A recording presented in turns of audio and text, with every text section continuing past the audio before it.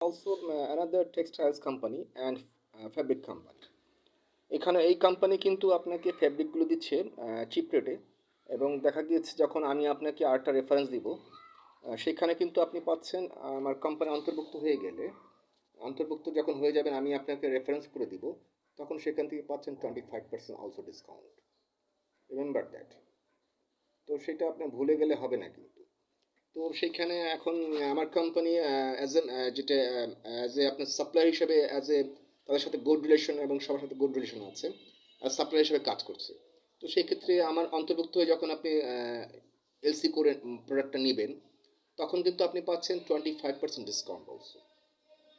তো সেই ক্ষেত্রে আমাদের সকল বিজনেস অ্যাকাউন্ট ইগুলো হতে পারে, আমার যেমন বিজনেস অ্যাকাউন্টে আমার বিজনেস অ্যাকাউন্ট হতে পারে আমাদের রিলেশনটা, এবং এটা হচ্ছে বিজনেস অ্যাকাউন্ট রিলেশন 599102 50044 রূপালী ব্যাংক বিসমিল্লাহ রহমান বিসমিল্লাহ। তো সেই ক্ষেত্রে এখন ওটা হচ্ছে বিজনেস অ্যাকাউন্ট, এবং ক্যাশ আমাদের হতে পারে। এটা হচ্ছে আমার পুরনো বাসা, যেটা আমার হচ্ছে real estate and land business. তো সেই ক্ষেত্রে বিজনেস তো আর একটাতে ইয়ে করলে হয় না, বিভিন্ন জায়গায় থাকতে হয়।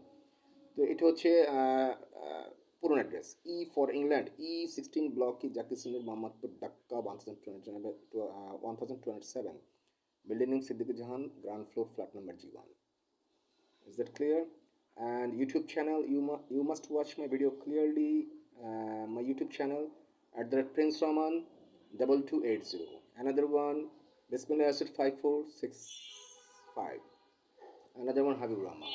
And you can watch my video, my Facebook fan page, Prince Raman Smith Haventupu. Thank you so much and love you everyone.